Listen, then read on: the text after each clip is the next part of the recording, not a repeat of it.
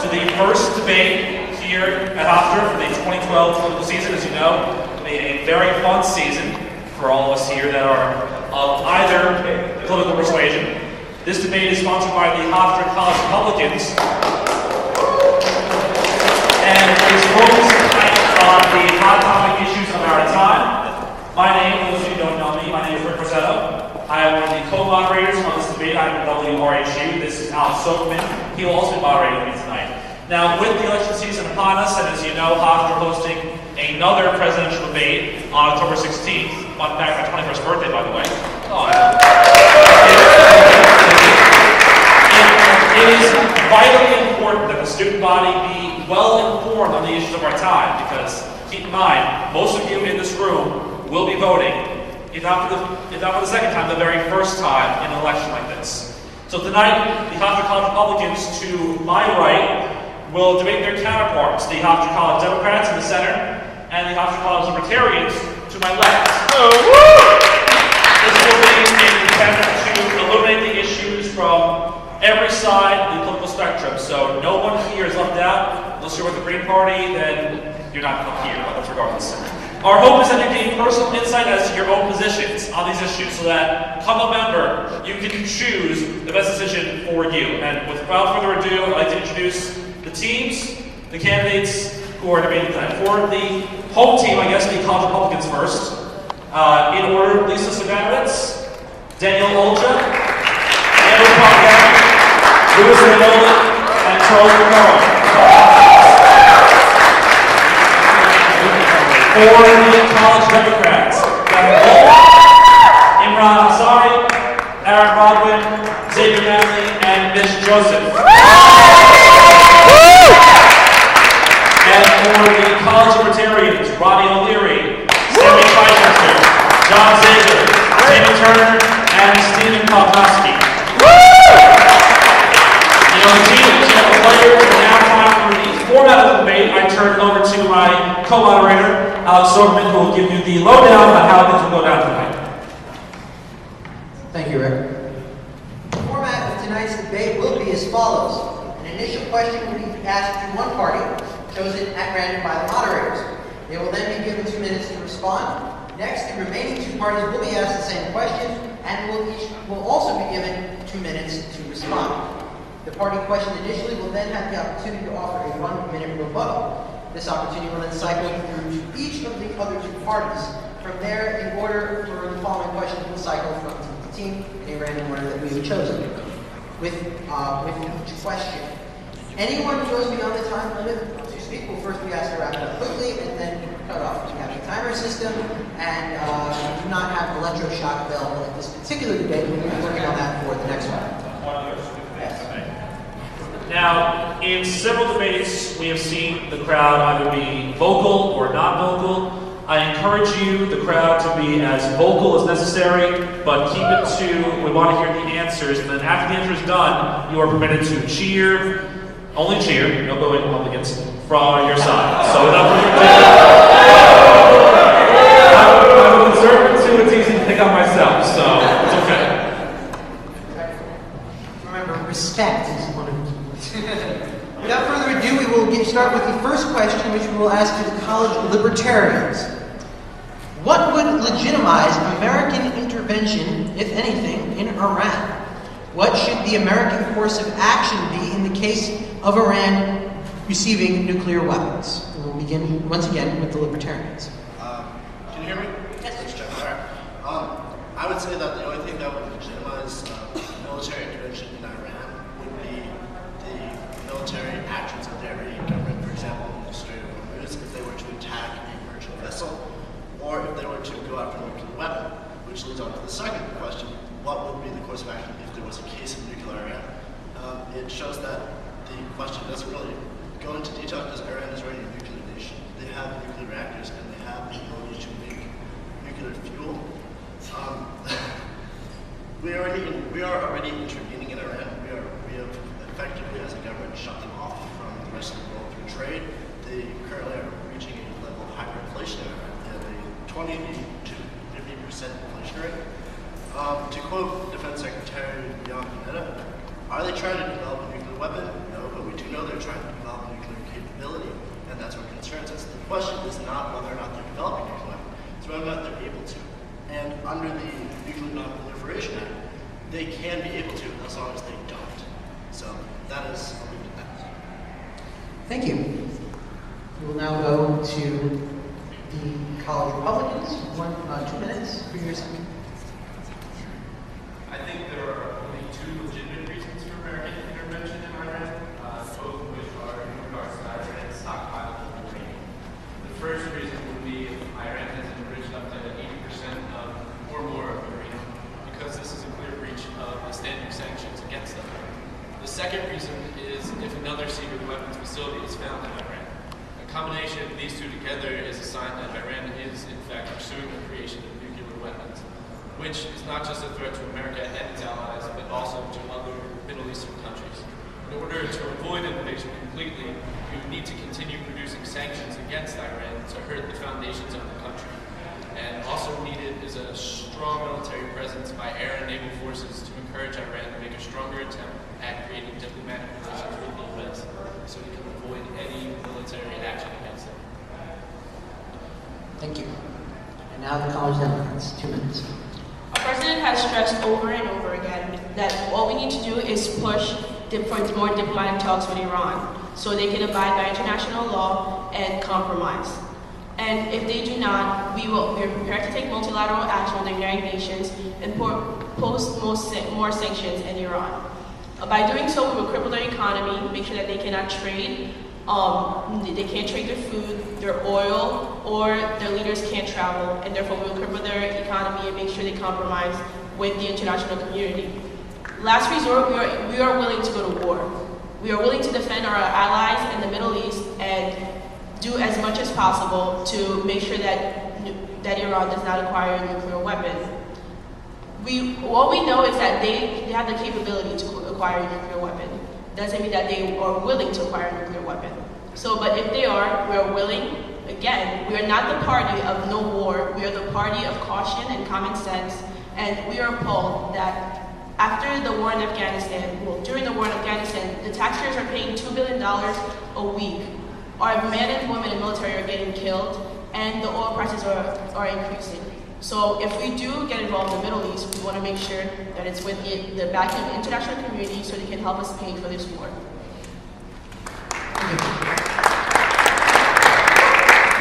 Libertarians, you have 1 minute for rebuttal. A nuclear Iran is not, and we hear their arguments, and the nuclear Iran it's pretty much the same argument that you're getting from both of them. Both administrations have done the same thing. As mentioned earlier, Defense Secretary Panetta has already said that they're not trying to develop a nuclear weapon.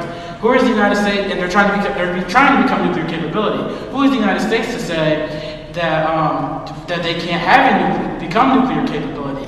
The International Atomic Agency has already said that there's no evidence of them to be obtaining a nuclear weapon. And think about it from Iran's sense. We're putting all these sanctions on them. We're putting all these sanctions on them with economic trade, etc. And we've been to war with both of their neighboring countries, with Afghanistan and Iraq. And then we have military bases all throughout the Middle East. And if they see wars going on with Afghanistan and Iraq, it was only going to push them to want to protect themselves. It's like if a person lives in their house and you have 10 other people. And that's your time. You got it. You have 10 other people, who have guns. You're going to want a gun to at least to try to protect yourself. It's only a natural position. And we now have to give 1 minute to the college Republicans. Right. So this is directed towards the college Democrats. I realize that you said that all options are on the table, and that you're willing to do what it takes to ensure our interests and our allies in the Middle East. However, in the past, when we've engaged in diplomatic sessions with Iran, over and over again, they've developed the nuclear program further. And it seems right now that they're at this critical stage where the next step is ultimately a nuclear weapon. At what point do you consider dropping diplomatic means to ensure our interests again and to use military action? And 1 minute for rebuttal to the college Democrats. Well, when we have enough evidence to make sure that they are developing a nuclear weapon. We do not want another Iraq where we think there are weapons of mass destruction, but there are not. Because it costs us a lot of money, and it costs us a lot of time and money and people to when we got involved in Iran. So we want to make sure we have 100% evidence that they are developing a nuclear weapon. Because just because they're capable doesn't mean that they are willing. There are many countries in the world that have nuclear capability, but they're not making a nuclear weapon.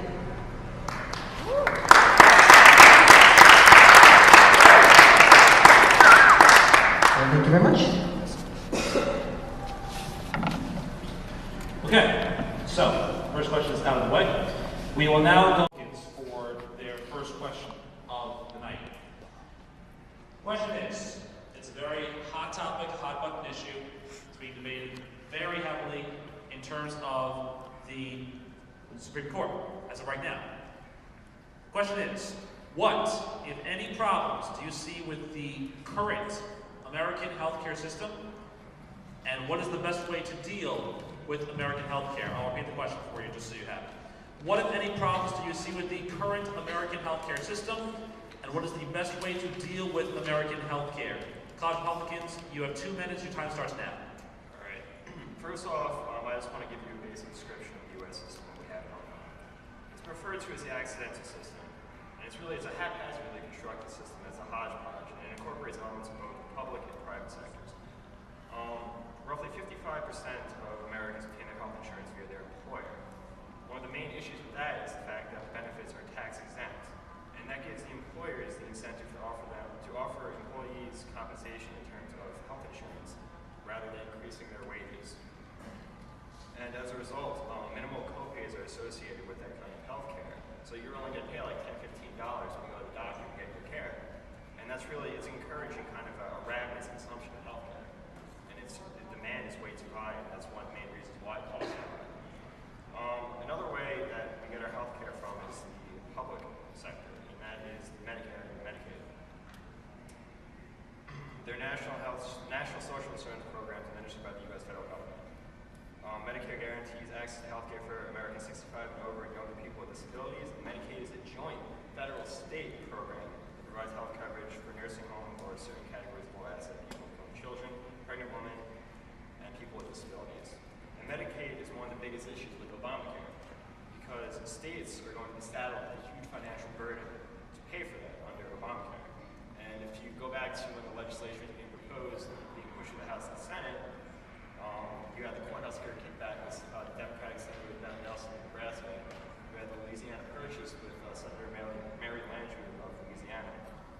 And basically, they were going to be given indefinite payments for that Medicaid portion of Obamacare. The state wouldn't have to contribute any money to it. And that's why it was passed. Without their support, the law would not have been passed. And 10 years down the road, states are going to have to pay for Medicaid. And it's not going to happen. I mean, taxes are going to have to go up, and it's not going to work. Thank you, College Republicans. We will now go to... Get a little more lively, if you would, please. These people are doing a fine job of debating, so... We will now go over to the College Democrats for their response to what, if any, problems do you see with the current American healthcare system? What is the best way to deal with American healthcare? You have 2 minutes. Your time starts now. Well, I see your point, what you were talking about with taxes, but you also forgot to include a big part, which is that there's 50 million people who don't have health insurance, and that's the most for any developed country in the world right now, actually. So it brings us to our 2 biggest problems, which is coverage with 50 million uninsured people, and costs. The uninsured cost the healthcare system $120 billion a year, which gets dumped off to the taxpayers. Also, when there's so few people who have private insurance, costs go up, and that makes premiums raise. A good way to approach this is by the Affordable Care Act. You can expand health insurance to 32 million more people by mandating states to create exchanges through the private sector, which is based off of Mitt Romney's plan. And also, it's going to expand Medicaid to 16 million more people. This is also slapping a regulation on the private sector so they can no longer discriminate against people with pre-existing conditions and drop coverage when they become sick. If we implement Obamacare, this is going to lower healthcare spending, also decrease the deficit. It's going to be a good program to help us put us on our way to universal health care. Thank you, College Democrats. And now we move to the College Libertarians. You have 2 minutes to respond to what, if any, problems you see with the current American healthcare system. What is the best way to deal with American healthcare? You have 2 minutes. Your time starts now. One of the biggest problems with healthcare is that the government that's been supported by Democrats and Republicans have been getting too much involved in it. And, before, 1962, the Medicare system wasn't even in place. The Medicare system, a lot of the times when people would get sick, people would have a problem, churches or private organizations would help take care of them. They wouldn't just let them die. And the 50 million number that the College Democrats have imposed is really irrelevant because of the fact that a lot of those millions of people are illegal immigrants. And if you're going to be in this country legally, you have no right to be getting a healthcare system under the American tax code. And number two is Obamacare. If you're going to have universal healthcare, there's going to be a mandate in there somewhere because the government's going to tell you what to do. And why should the government have to tell me what to buy? If I am a perfectly healthy person, if I'm 25 years old, why should I have to be forced to buy healthcare insurance? Or what if I'm a pretty wealthy person? What if I'm the type of person who wants to just pay out of pocket? Why should I have to be forced to buy healthcare? It's a welfare state if you impose government into the healthcare system. The Republicans have supported it with prescription Medicare D, and the Democrats have supported it with Obamacare. It's not going to work. It's a mandate. It's 2,635 pages of unread material that the Democrats supported, and the Republicans with prescription drug D. Please tell me, what has it done? Thank you, College Libertarians. Now, and ask the question directly to the College Democrats. The Democrats will have their 1 minute rebuttal. So, Democrats, your time starts now. Okay. First off, one of the reasons why we spend so much on healthcare is because Ronald Reagan passed the Emergency Medical Treatment and Active Labor Act, which makes it illegal for a hospital to turn someone down when they're in critical condition. So, and if that person can't pay for their treatment after, that just gets dumped on taxpayers, which is adding to the deficit even more. So it would be of our own interest to create a system where everyone can have health care. That way we can make people accountable for themselves and not dump the cost off on taxpayers. And when you talk about the mandate, we're mandated to pay FICA, Social Security taxes, Medicare taxes. When you think of it, farmers are subject to penalty if they grow certain crops on their land, and that's not considered unconstitutional as well. Also, Mitt Romney mandated people in Massachusetts to buy health insurance, and that was never taken to the Supreme Court either. So, I mean, on what level is it unconstitutional? Okay.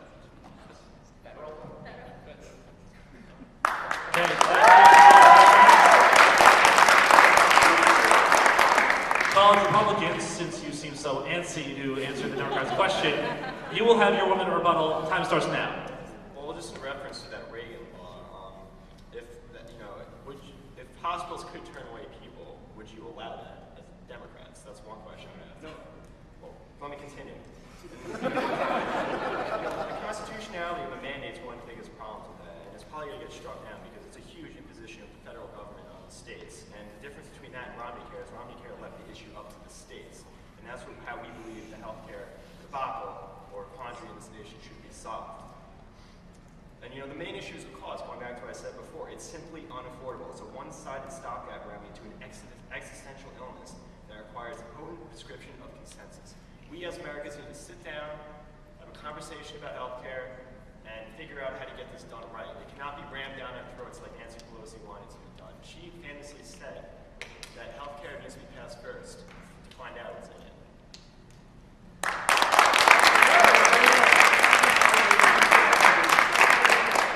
Thank you, College Republicans.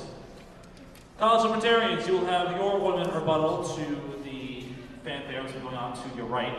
1 minute of the time starts now. If you look at it, this debate that we just heard, the Democrats going after Republicans, Republicans going after the Democrats, their actions are still the same. It proves my point that they're still the same party. They talk different, but their actions are the same.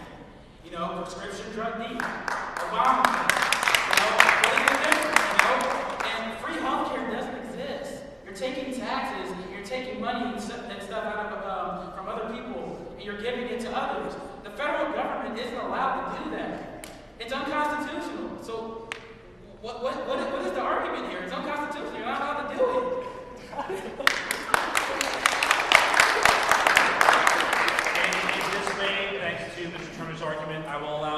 30-second response to his question as to what is the argument here from both the Democrats and Republicans. Republicans, you will start with a 30-second question. Answer to Mr. Turner's question of what the argument is here. So 30 seconds, your time starts now. Who is this in response to? The response is to what Mr. Turner had to say about the fact that Democrats and Republicans are going around and around in circles, arguing and giving the exact same answer. What is going on here? What's his exact verbatim words? 30 seconds, time starts now. This is Mr. Turner? Yes. Mr. Turner, the Libertarians don't quite have a voting record on this matter. It's easy to stay in the middle and just bash either side for their voting record instead of actually taking a stance on the issues. So I recommend you sort of look back at your history and see where the issues stand. Democrats, I will allow for your 30-second response to the same question Mr. Turner had. 30 seconds, time starts now. I'd like to thank both sides, obviously, but again, I'd like to reiterate what the Republicans have said to our right here. Really, the point is, the fact of the matter is you don't have a voting record, and it's easy for you to bash us on a record that does exist. And you haven't clearly stated what exactly is your standpoint. I understand that you're bashing the constitutionality of the mandate, but the fact of the matter is, at least we have a system that's going to be implemented that will actually help the people, whereas I only heard criticism, not an actual plan set forward. Thank you. Thank you all. We'll now move on to the next question of the debate. No. Thank you, Rick. Now we move on to another question. This is one on the basis of jobs. Obviously, those of us who are graduating in the near future are looking forward to a very interesting way of looking at the job market. The question of whether there be enough jobs, will we be able to be employed, or will we end up underemployed for the first few years of our lives? Is the best policy for the next president to take in regard to job creation? And we will begin with the college Democrats. You have 2 minutes, and your time begins now. To successfully create jobs, the next presidential administration has to tackle 4 key issues. First and foremost, we have to raise tax on the millionaires and eliminate the Bush tax cuts. Second of all, we have to lower tax on corporations. Thirdly, we have to continue in the vein of the American Jobs Act. And finally, we have to pass and sign into law the JOBS Act. The millionaires tax is most important because the millionaires right now are not being taxed at the same rate as regular citizens. They make far excess of what normal average taxpayers make. And if they're taxed at the same rate, that would increase the amount of cash flow that the federal budget has. Furthermore, this wouldn't affect the majority of the population, as only 0.3% of the American population filed taxes in excess of $1 million as of 2010. Secondly, we need to lower tax on corporations. America has one of the highest corporation taxes in the world. It's far below the national average. Other competitive countries such as Great Britain and Canada only tax their corporations at 26% and 16.5% respectively. If we lower the corporation tax, this will encourage corporations to be headquartered in the United States and create more domestic jobs. We need to also continue in the vein of the American Jobs Act. This gives tax credits to people who are unemployed, put $80 billion to create new infrastructure and update public buildings that will create long-lasting domestic jobs. It provides a lot of funding to welfare in the billions of dollars, and also gives $35 billion of funding on additional public sector jobs that are already in existence to help maintain them so those people don't lose their jobs in the meanwhile. Finally, we need to pass the JOBS Act. That stands for Jumpstart Our Business Startups, which makes it easier and cuts away a lot of red tape for new businesses to start up. It increases the number of shareholders that a new business can have before having to file with the SEC. It relieves companies from disclosure and regulatory requirements for the first 5 years after going public. It lifts the ban on general solicitations so that companies that are new can Finish your point. and it increases the number of shareholders in banks. Thank you. We'll now go to the college Libertarians. You have 2 minutes, and your time begins now. President Obama recently said that he wanted to prevent companies from outsourcing production. Now, the question we need to ask is, why are companies outsourcing production? It's because of the very high taxes and obscene amounts of regulation that we have. And I'm impressed that the Democrats actually said lower the corporate tax. But in addition, we should we should get rid of the regulations that are encouraging companies to move to other countries.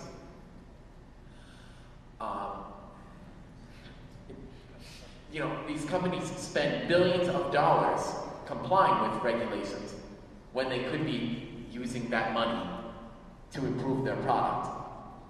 In addition, we should repeal occupational licensing regulations because that keeps out potential competitors in the job market. For example, in some cities, people have to pay for permits to be a taxi driver. These permits can cost hundreds of thousands of dollars.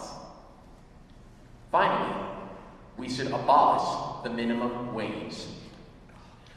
This is actually, a lot of people think that this is a floor on wages, but really, it is a hurdle over which people need to jump.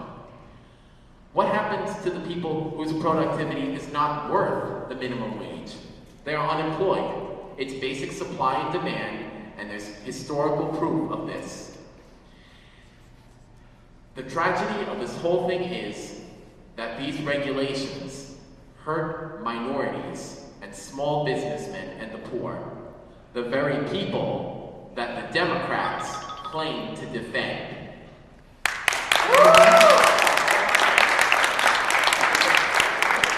College Republicans, 2 minutes. Right. One of the best policies the next president can take in regards to job creation is focusing on deregulation. Businesses need certainty in the economic stability of the country in order to feel comfortable creating jobs once again.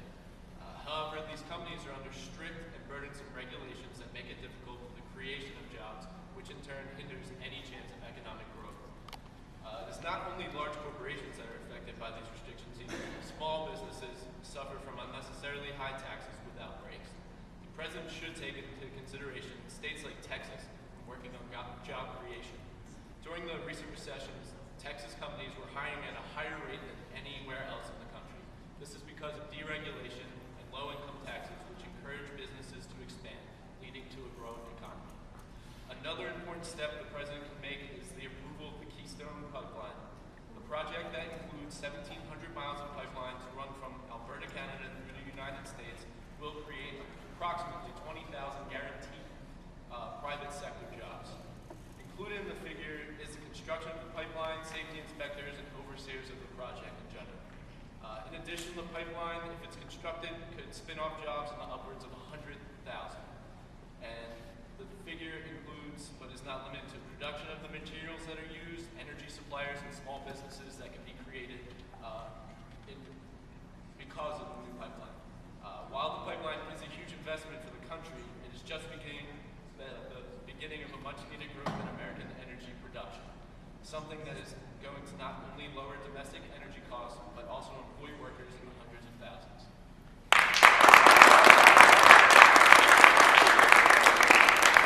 Thank you very much. We will now go back to College Democrats. 1 minute of rebuttal. So our statement here is going to be directed at the College Libertarians. There's a serious necessity for you guys over there to centralize your argument. There's a lot of things that were discussed there. So first and foremost, the thing that the College Democrats here and our party would like to reiterate is that there needs to be a moral high ground in the United States. Yes, I understand that maybe the minimum wage may not be a fan, you see it as an unnecessary floor, and you'd like to, if we're not the most productive labor in the world, if you want to send it elsewhere, I'd like to beg to differ.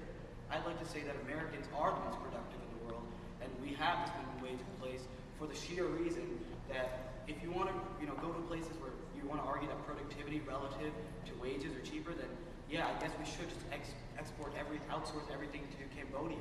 But the fact of the matter is that we need to keep these jobs in the United States, and that's our goal here as Democrats. Woo! Obviously, College Libertarians were mentioned in this particular thing. They would now have 1 minute to respond. Time starts now. Yeah, well, the College Democrats say that they want to keep the jobs in the United States, but they're supporting the regulations that will drive out jobs. You're right, there should be a moral high ground in this country, But how is it moral to support a law that is going to encourage unemployment? Unemployment, I might add, for the people that you claim to defend. The poor people, the small businessmen, the minorities. How is it moral to support laws that make these people unemployed? You have 15 seconds. I'm going to add also is that, you can tax everybody, the top 500, Fortune 500 people, and it doesn't put a debt in the deficit. If you add more taxes into, everybody else, you're adding more government. The jobs that the Democrats want to create are all government jobs. They're eventually going to run out. And when are you going to get the money from? It's not your money. It's not their money. You're taking it from someone to give to others. That's your time. To the college Republicans, you have 1 minute of rebuttal. This is directed toward the college Democrats. First off, I do agree. The corporate tax is way too high. It's the highest in the world, as you mentioned, and the user cost of capital it's a burden on corporations. It hinders growth, and it certainly isn't helping this time of fiscal irresponsibility. So let's say even if we did, now this is directed towards your tax on millionaires. If we did, there have been estimates that show that the amount accrued through that tax revenue won't even make a dent in the current deficit. And look, the more we tax, the more we take out of a productive economy.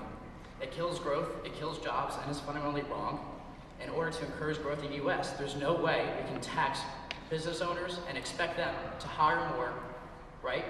To produce more products, innovation, so forth and so on. It's just not fundamentally right.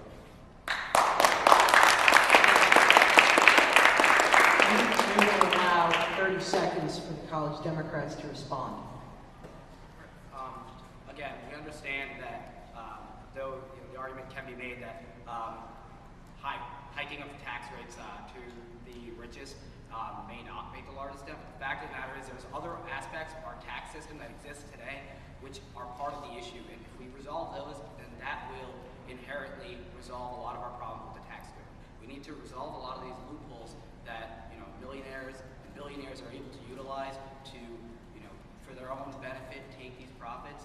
But the fact of the matter is that we need to focus on American jobs, and that will first and foremost start by investing in our middle class and our everyday Americans. Thank you.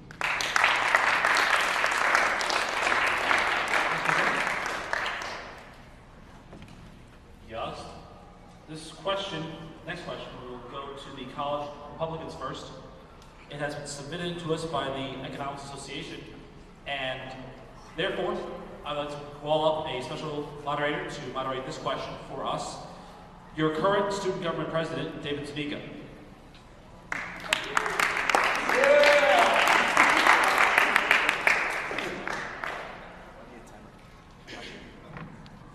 Good evening, everybody.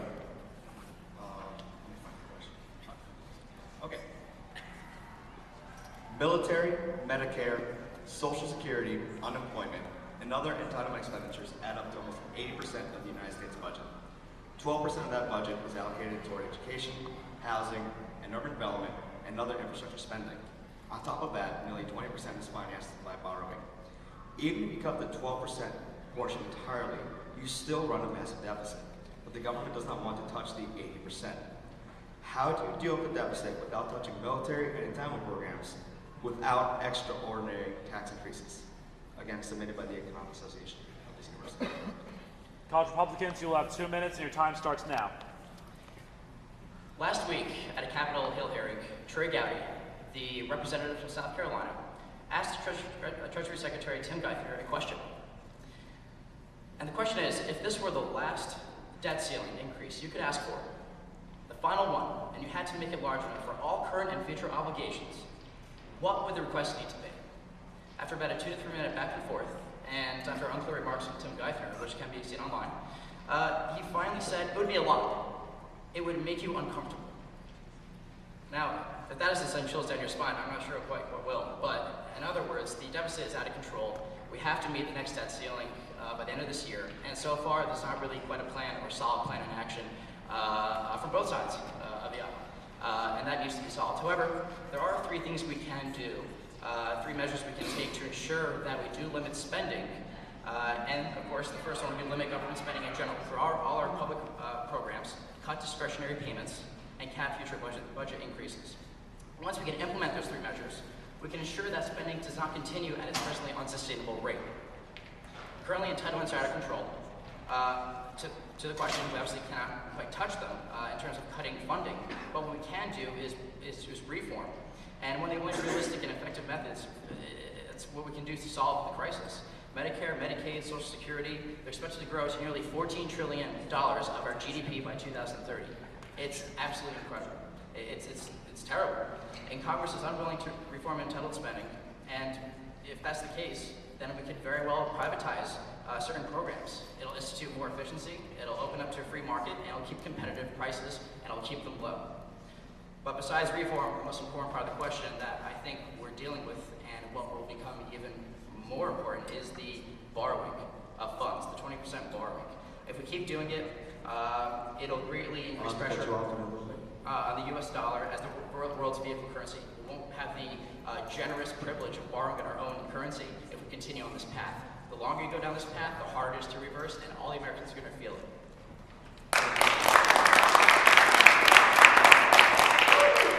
Thank you, College Republicans. College Libertarians, your response, 2 minutes. I would like to address the real question in that question, which is, how do you not touch these entitlement programs without increasing the taxes? The answer is you simply cannot. If we're going to go on this way, you might as well buy a gun, live by pirate code, because it's completely unsustainable. Our debt is so out of control, it's taking over our GDP. We're running a $15 trillion deficit. Therefore, everything in that budget needs to be put on the table and up for cuts. Because both our social welfare state and our military, our foreign policy is a giant problem. As mentioned, we don't have a revenue problem, we have a spending problem in this country. The social welfare, these unfunded liabilities, they've accumulated this year alone $440 billion in interest payments. The more interest we spend, either it's going to be the less services we have or higher taxes. Now right now we pay a 3% interest. We need to pay that off now because the rate will rise as it historically does because it's artificially low now. And with our foreign policy, politicians insist on keeping the military-industrial complex. These multiple foreign conflicts are unsustainable, both for our wallet and for our safety. Now, the government won't touch this collapse. Somehow they find the time to make pizza a vegetable, legal molestation at the airport, that they find funding for turtle tunnels, and people who have time to even think of this shouldn't be in charge of our lives, let alone our security, our health care, or our retirement. Now, they don't do simple math, and neither party will. Because either what they do is they propose cuts over proposed spending increases, or it's just illegitimate spending overall. It's done by both parties, and it doesn't work. Now, their answer is, well, it's just too hard. Well, it's not too hard, because you don't give up when it's too hard. You do it because it's right.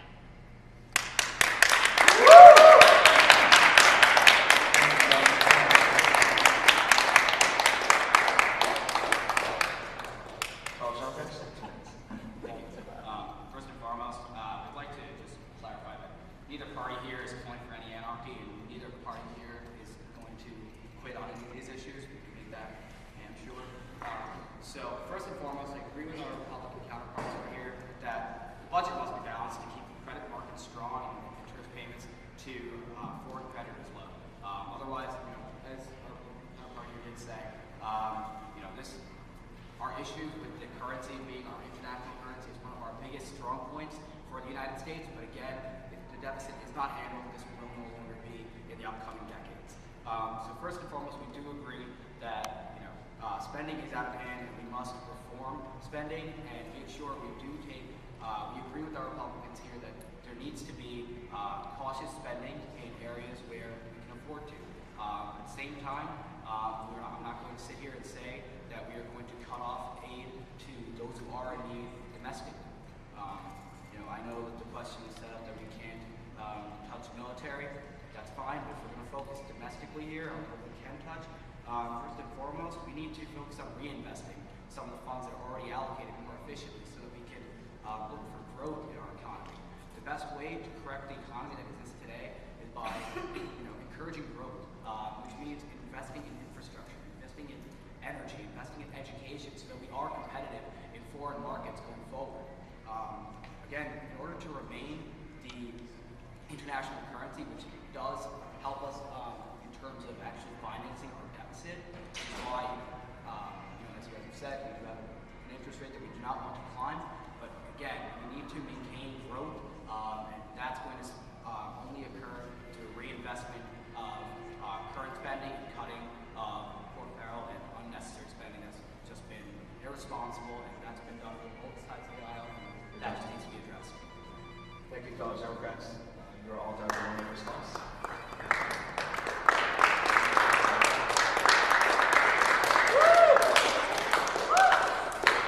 And once my timer is ready, we will start at the college.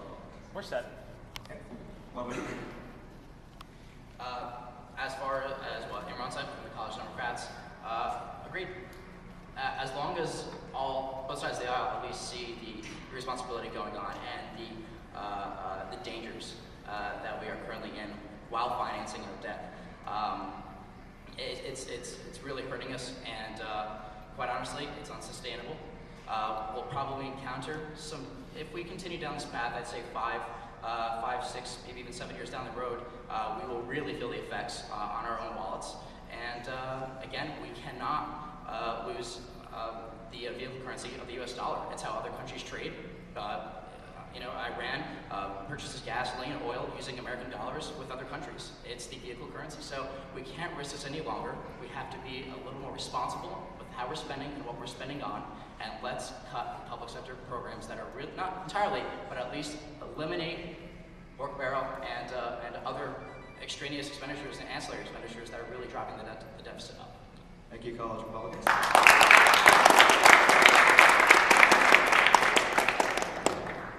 College Libertarians, you have 1 minute per rebuttal. We would also love to get rid of waste and to see lots of cuts. However, we just haven't seen that. We see Paul Ryan come out with a plan, but it only saves $5 trillion in over 10 years.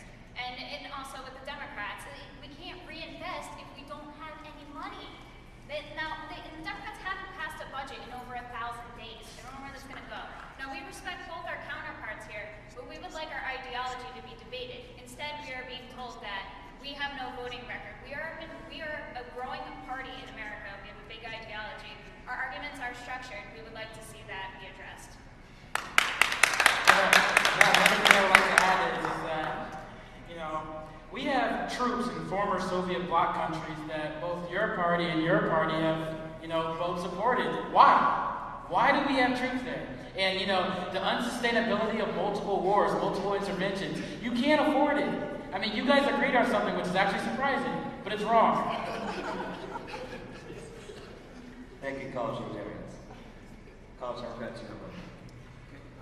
So, in response to the comment just made by Libertarians, I would like to just reiterate the exact wording of the question. I don't have it in front of me, but I remember I did say without touching the military, which is the reasoning behind our response.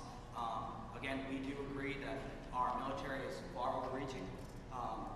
We do agree with you on that. However, we'd like to stick to the question here, which is how to correct the deficit without touching that military spending. And that is by responsible spending, social programs that ourselves we've agreed on, but the only thing we do disagree on, which we don't deny, is that where these cuts will come from. But the fact of the matter is that we agree that there needs to be reallocation and cutting in areas that we can afford to cut without leaving any Americans out to dry. Thank you to all three of you, and thank you to Delegate Chief for allowing me to moderate this debate, or this discussion. We have a student body looks forward to all your answers in this debate and further debates. And to all students here, I hope you enjoy these exchanges. Thank you, David. Pleasure to have you here. And again, we will now move on to the next question. Alex, good. Oh wait, I just have to make sure you don't forget the taxation question. I think you skipped over that one. So it did say in the format that we could randomize the questions. Okay, just so making sure. We are randomizing the questions. We do what is followed. We want to keep you on your toes. However, the next question we have, we're going to go to a question from the Students for a Greener Hofstra, and we have here with us Texana, who will ask the question that they submitted.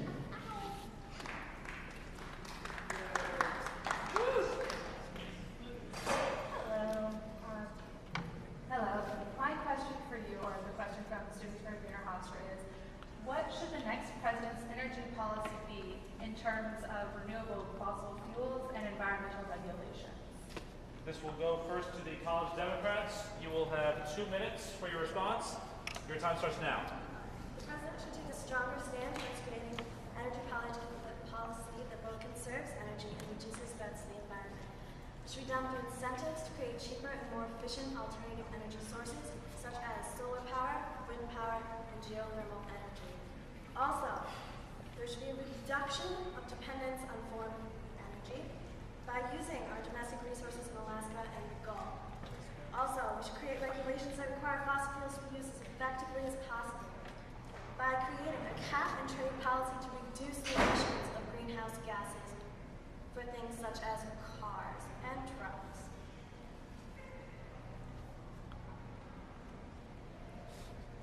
You have a minute and 15 seconds. Just to reiterate a statement made from Beth. An issue of cap and trade brought up. It's something that is efficient. Many amongst our party argue for it. Its general concept is to give incentives to these corporations to pollute only to a certain limit, which must be done first and foremost. But at the same time, it does incentivize it so that these corporations, including businesses run by Governor Iran, will actually help corporations skirt business, and at the same time will help our environment. Thank you. The College Republicans for their response. You have 2 minutes. As Republicans, we believe the energy policy in this country should be to pursue and utilize all of the natural resources we have available, both renewable forms and fossil fuels. Energy independence is the root of economic stability, and thus a strong energy policy with an emphasis on developing domestic energy is crucial for the success of this nation. We need to produce more domestic energy for this reason, and also because it translates into jobs. Manufacturing jobs, engineering jobs, construction jobs, trucking jobs is an industry that creates jobs at all levels. It is also a means to reduce energy costs, bolster local economies, not to mention the nation's economy at large. Opposite to our stance, which is an all-of-the-above approach that encourages production of clean coal, natural gas, solar, wind, geothermal, and hydropower, the current administration has adopted an energy policy that has been restriction after restriction, from a block on offshore drilling to a block on the construction of the Keystone Pipeline. What I would have you consider is what is lost by not adopting an aggressive all-of-the-above energy policy, and what is lost is an opportunity for this country to lead the way in the energy sector, an opportunity to grow our economy, create jobs, and gain our energy independence. That said, critics of this mindset say you need look no further than the BP oil spill as to why we cannot adopt an energy policy which aggressively pursues fossil fuels. To that, we say that there are always ways to extract all energy forms safely and cost efficiently. Yes, there needs to be a level of safety regulations. Yes, there needs to be accountability. We, like our critics, do not want economic gain at the cost of our lands and waters. Yet, that is not reason enough to adopt an energy policy of no. We cannot afford an energy policy of no, just as we cannot afford environmental ruin. There is a balance to be struck. We must adopt that balance in our energy policy in this nation. Thank you.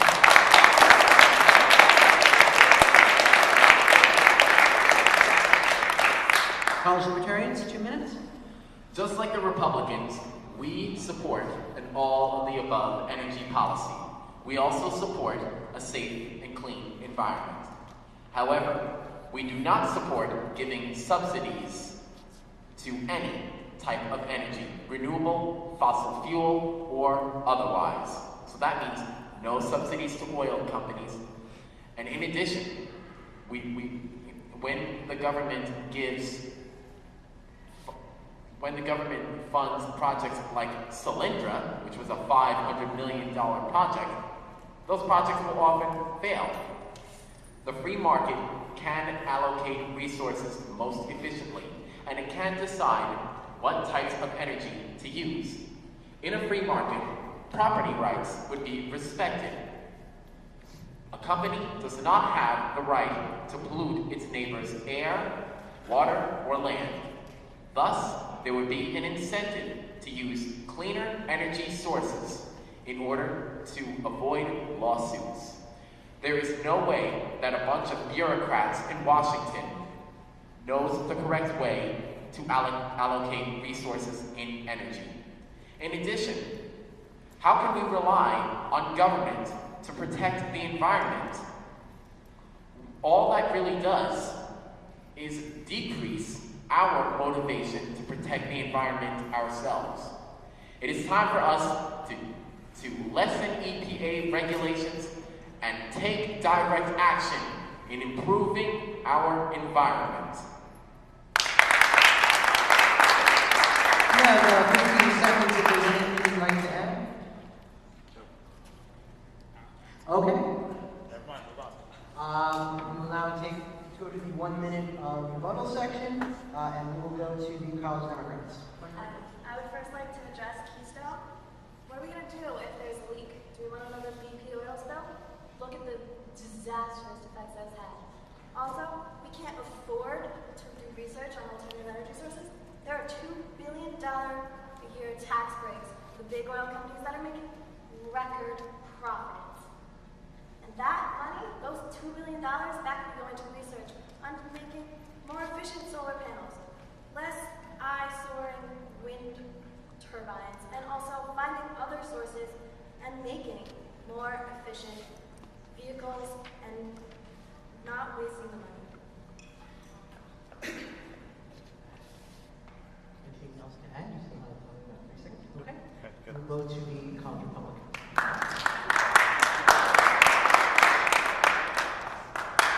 Okay, I would agree. We can't have another BP oil spill, but the America that I know, when we have a problem, we just don't give up and never attack it again. What needs to be done is we need to learn from our mistake and make the correct reform so it doesn't happen again. It doesn't mean we just stop going after an economic resource that the rest of the world is going to continue to go after. So in regard to that, no, we don't want a BP oil spill. Republicans, we love the land and the water just as much as everyone else. But we also love jobs, growth, our economy, and that comes down to natural resources and utilizing those. So yes, we need to learn from the BP oil spill, but there's no way the America I know, as long as I'm here, is going to back down because of a mistake in the past.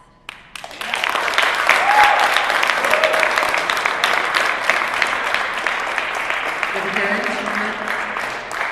BP oil spill started in April of 2010 and concluded in August of 2010. I have a picture here of me personally being at the Gulf when in January of 2011, and there's still oil on a beach. I wonder why. Because the government was supposed to clean it up and never did. So advocating for more government is not going to do anything about cleaning our energy. There's a picture proof of it. 5 months after the oil spill, no cleaning. And you know who cleaned up that beach? I did, the private company. And the private company, we helped clean up the beach. Advocating for more government is not going to help. Private companies, what the government does is restrict those private companies from trying to clean up their beach that they live on. It's that simple. You can't advocate for more government when they're not going to do anything. And here's a picture proof of it. Thank you. We'll move on to the last of the prepared questions, and I will warn you that we have come up with an extra credit question that we will ask after these.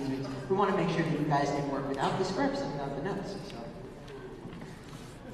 First of all, before we ask this question, those of you who want to see more of the BP Oils with photo album, David Turner will be afterwards signing autographs. Those of you on Facebook, David R. Turner. And by the way, do you tell me I just get another iPhone too? Because I mean, if you do, you know, let's see. Moving on from there to you guys start off this question. Oh boy. Okay. There are 3 things that are certain in life: death, taxes, and no agreement with political parties. The third one's made up, but death and taxes are true. So, to the college libertarians first. What changes, if any, need to be made to the American tax system? Now, keep in mind, the budget, spending, and who should be taxed at what rate. Libertarians are starting, so hopefully, do my work? I don't know that. Hear myself. Oh, There, yeah, hey. Hello, everyone. Good morning, Vietnam. Okay. You will have 2 minutes, College Libertarians, to answer the question of what changes, if any, need to be made to the American tax system. Keep in mind the budget, spending, and who should be taxed at what rate. Libertarians, your time starts now. All right, first of all, the income tax on a federal level is unconstitutional from the start. It's a direct unappropriated tax that we all have to pay, and it was never ratified by the states to begin with. That takes around 25% of the workers' income, and without having that income, they have less purchasing power and less money for them to spend into the economy and stimulate the economy, first of all. The problem here is a spending problem and not a revenue problem. We take in $2.2 trillion and spend $3.8 trillion, and that's a 1.6 deficit. Some ways to get that deficit down is to abolish the individual and corporate income tax, cut the military-industrial complex, but not defense, end the drug war, abolish the unnecessary federal departments such as the Department of Education, Department of Energy, abolish the TSA and the Department of Homeland Security. Also, one of the most important things you have to do is audit and try to defeat the Federal Reserve, which is manipulating the whole system through our currency. We're totally broke. We're 15 trillion in debt, and the states have massive debt as well. So without going after the spending, we can't fix anything. We become a welfare state where we're taking care of everybody, but we can't. The top 10% of taxpayers pay 50% of all the taxes, and we know that taxing the rich doesn't solve anything. It doesn't put the deficit on. I'm going to yield my time and say we're changing the game. What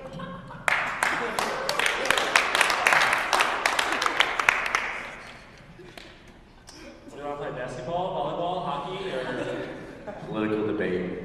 okay? The whole time, but anyways, regardless, since Libertarians are out of it right now. Democrats, you will have 2 minutes of time to answer the question. Feel free to respond to their claims, needs, wants, grocery list if necessary. You have 2 minutes, time starts now. All right, so first and foremost, we'd like to just state that we understand that the system isn't perfect, but at the same time, in order to make some real change in this country, we need to utilize what's there. And we understand that there's some bureaucracy that may not be a fan of. The fact of the matter is we can't just slash the entire government tomorrow. It's just not going to happen. We need to be realistic with our reform so we can actually help some Americans tomorrow. So first and foremost, in terms of reforming the tax system, we would like to reiterate the tax cuts made by our president, that although you may find the income tax to be completely unconstitutional, we'd like to again reiterate that unlike our Republican counterparts, we do not want to extend tax cuts to the top 2% of income earners, rather extend the tax cuts for our 98% of Americans. This will stimulate the economy by giving our average American extra revenue to spend in their daily life. Also, there are certain tax credits that we'd like to hit on that our president has highlighted that we would like to reiterate. First and foremost, the earned income tax credit aimed at low-income working people. The American Opportunity Tax Credit, which is up to $2,500 given to families with children going to college. The child tax credit, the payroll tax cut, and also extension on unemployment insurance spending for those who have been laid off for no fault of their own, but are out there looking for jobs today. Again, all of these are temporary tax credits which will be utilized over the next 2 years that will not contribute to the current deficit because they're temporary nature. So again, in terms of taxes, we believe in giving money to those who are in need, utilizing these tax credits, and again, putting money in the pockets of those who should be spending, which are the average American people. Thank you. College Republicans, not coming in last in the debate, but coming in last in having all their members speak, because Amber has not had a chance to speak yet, so she answers this question, of course. 2 minutes for the College Republicans. Your time starts now. I agree with the college Democrats on the fact that we need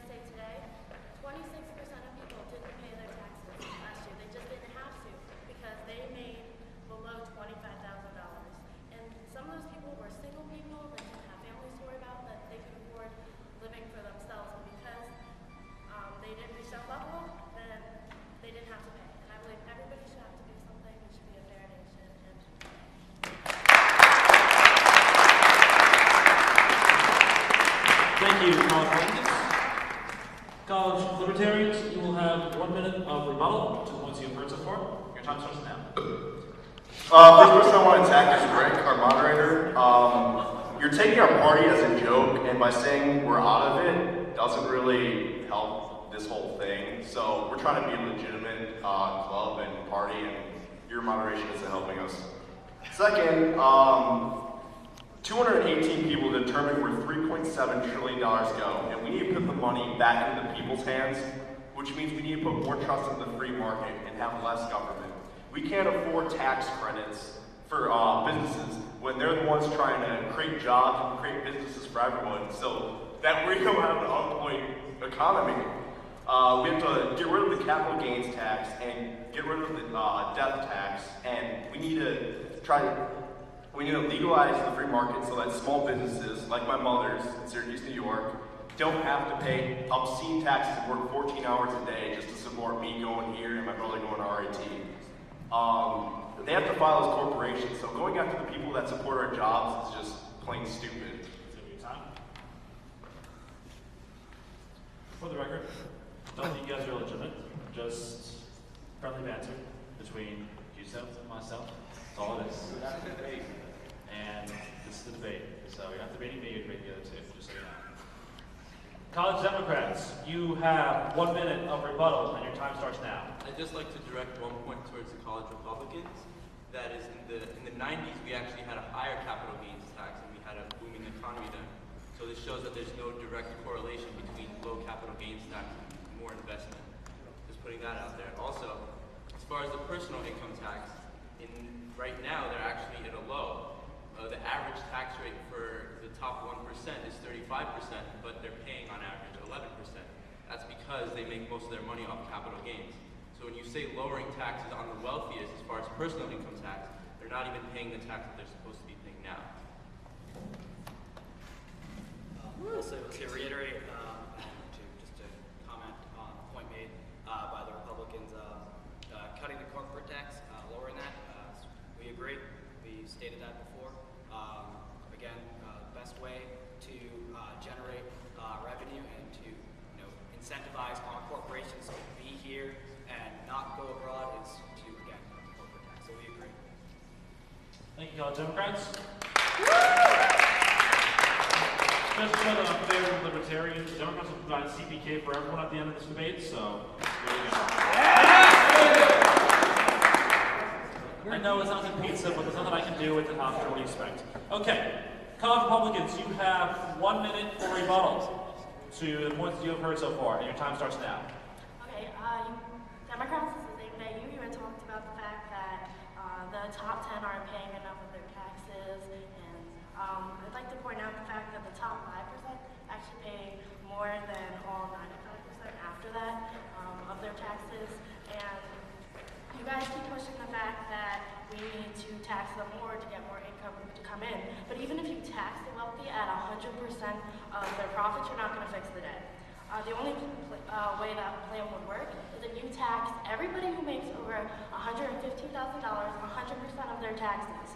Okay, and if you do that, you're only going to make maybe like $3 trillion you can make from that. Obama's debt was $4 trillion, so I don't see how we could fix the problem there, other than the fact that sure you can get some revenue from this, but you're not going to fix the ultimate problem. It's like you're looking at a couch for spare change, and sure you'll make money from it, but you're not going to fix the overall.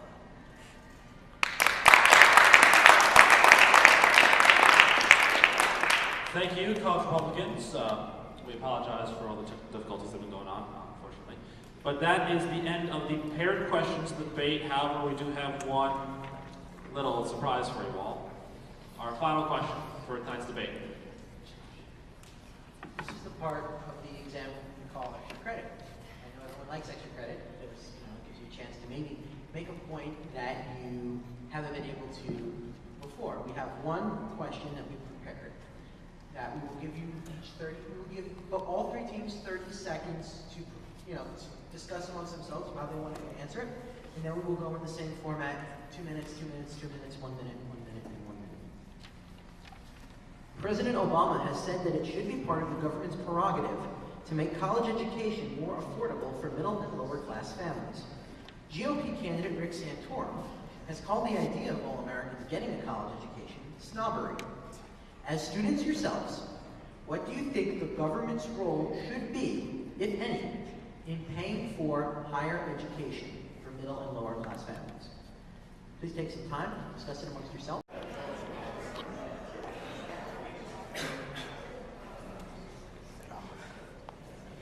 Okay, your time is now up. Please face the audience. Once again, we will re-ask the question. President Obama has said that it should be the government's prerogative to make college education more affordable for middle and lower class families. GOP candidate Rick Santorum has called the idea of all Americans getting a college education snobbery. As students yourselves, what do you think the government's role should be in paying for higher education? We will go with the College Democrats first. You will have 2 minutes. Your time starts now. So, first and foremost, I'd like to address both statements made. Again, we'd like to reiterate the statements made by our President of the United States today, that college costs are way too high. Everyone in this room feels it. In regards to comments made by Senator Santorum, that's just a ludicrous statement. We are not elitists by any stretch of the imagination. There's people who are trying to be competitive in very competitive world market. But in terms of what the government can do, in terms of what we would like the government to do, again, it's going to college is not simply about going to a $50,000 private school. I know that's where we go, but the fact of the matter is there are other options in defense of the statement made by Rick Santorum. He is also talking about things like vocational schools, which are in place for other Americans in terms of helping out the burden for college students, incentivizing going to college and giving extra financial aid. Most of us wouldn't be here today if it wasn't for financial aid. So again, increase in state financial aid programs. In New York, things like TAP, these things can't be cut. They need to be in place for students to go to school. And again, many college students simply would not be in school today if it was not for financial aid.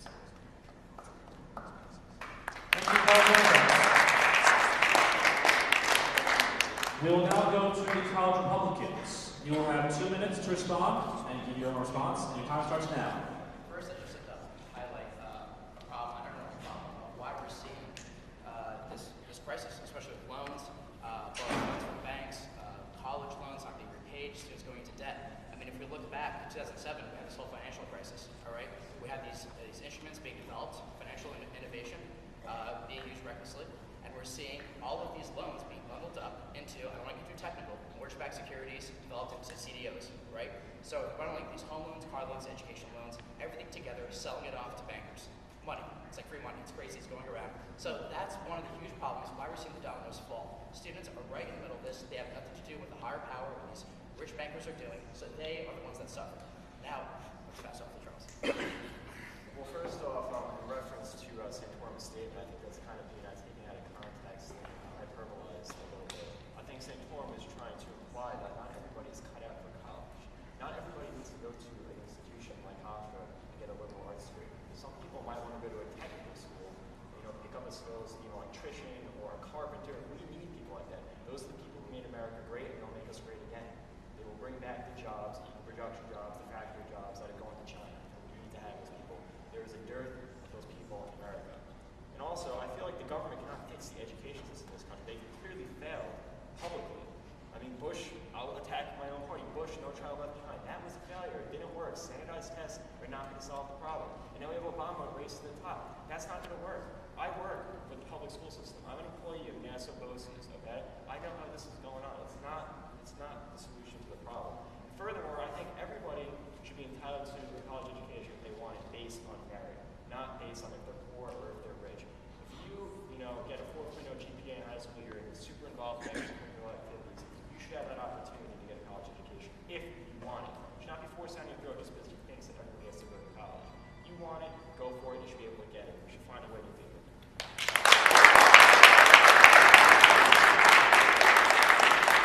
Thank you, Rob. So that was the liberals with the question, so latest. College Libertarians, you will have 2 minutes of time to respond in your own way, and your time starts now. Well, starting off with President Obama, you're not required. The government, not just President Obama, but the government in general, dating back to past presidents, They make it seem like it's, it's required for you to go to college. You don't have to go to college. There's nothing wrong with going to a tech school and becoming very successful, as of my mother. Another example, the Department of Education, which was implemented in 1979. If you take a look at history, ever since 1979, our quality of education has gone down. You know why? Because the Department of Education puts restrictions on certain schools, public, private, college, and non-college schools, and that caused them to want to raise their prices. For example, take Hofstra, for example. If Hofstra didn't accept federal loans, they would need to lower the prices because their halls would be empty. It's that simple. When the government gives the people all this money, and then they want to tax these private schools, they tax the public schools at these high and reasonable rates, the college is gonna have no choice but to raise the price. It's that simple. The Democrats and Republicans, the Republicans passing No Child Left Behind, even though this is not exactly on the college level, but in the Democrats passing they call it education reform. These affect these schools. These affects they have at a college level, and that's not right. You're not supposed to do that. The Department of Education, they're not even supposed to deal with education. That's not their role of government. The Constitution simply permits that. You can't favor something you can't give a favor to something or somebody and not to anybody. Why don't I get a subsidy for going to a tech school? Why did my mother get one? Because I go to college, or he or she or you go to college, you get a subsidy. Why doesn't anybody else? You can't do that. You can't pick favorites. That's why the federal government raises their money. That's why the colleges fight to raise their prices. Okay. Thank you. We will take a 1-minute rebuttal from the college Democrats. First off, I'd like to defend for President Obama. What he is doing is making it possible for lower-income people to go to school. He's not saying you have to go to school like Hofstra. He's just making it possible that you can afford to go to school. And I think it's also kind of hypocritical for people to say who are against federal loans, because I make the argument that a lot of the people in the school are benefiting from federal loans, and they've filled out the FAFSA and are receiving government aid to be here right now. So it's kind of hypocritical. Also, just again to reiterate the point made by the Republicans, which is a great point, is the fact that the point made by Reverend Santorum is not simply saying that everyone goes to college and they're elite. The point is that there are other areas of employment for Americans to reconsider. Investment in things like vocational schools is a good idea. We have lost ground over the last few decades in areas like manufacturing to other countries. These are jobs we need to bring back to the United States. So that's something we must take into account. Thank you.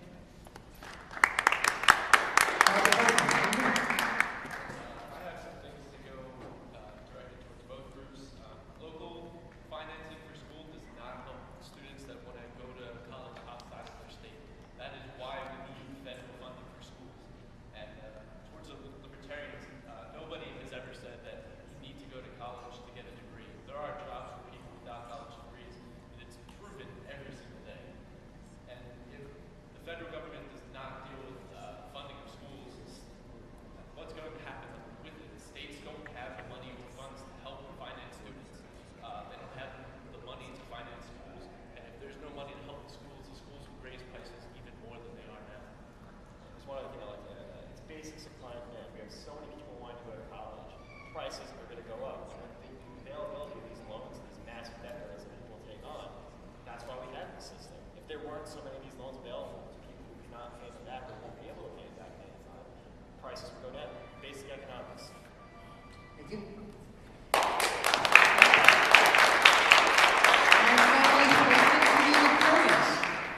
We talk a lot about loans benefiting people, but one group that I really want to talk about is the children of business owners. If your parent is a business owner, you will not receive one dime from the federal government. A few of our students sitting up here on this team are part of that group. They're paying out of their pocket to come here, and we choose to come here to get the education we want. My father was born in a shack in Long Island out in Suffolk. His dream is to be able to send both his kids to college. He's lucky he can do that, and I'm glad to be here. But when I went to my senior year of high school, I wanted to go to a tech school, and I went to a tech school. But you know how they treat tech school in high schools? They treat them like crap. They treat them like you are not part of it because you don't want to be part of the system. You don't want to continue the higher education system of overfunding and all of that. We don't teach American kids what we're good at, which is being entrepreneurs, which is being independent, which is taking care of ourselves. Ultimately, the education system in this country would be benefited if it was privatized completely. That's a minute. We want to thank all three groups for their participation today, the Republicans, College Democrats, and College Libertarians.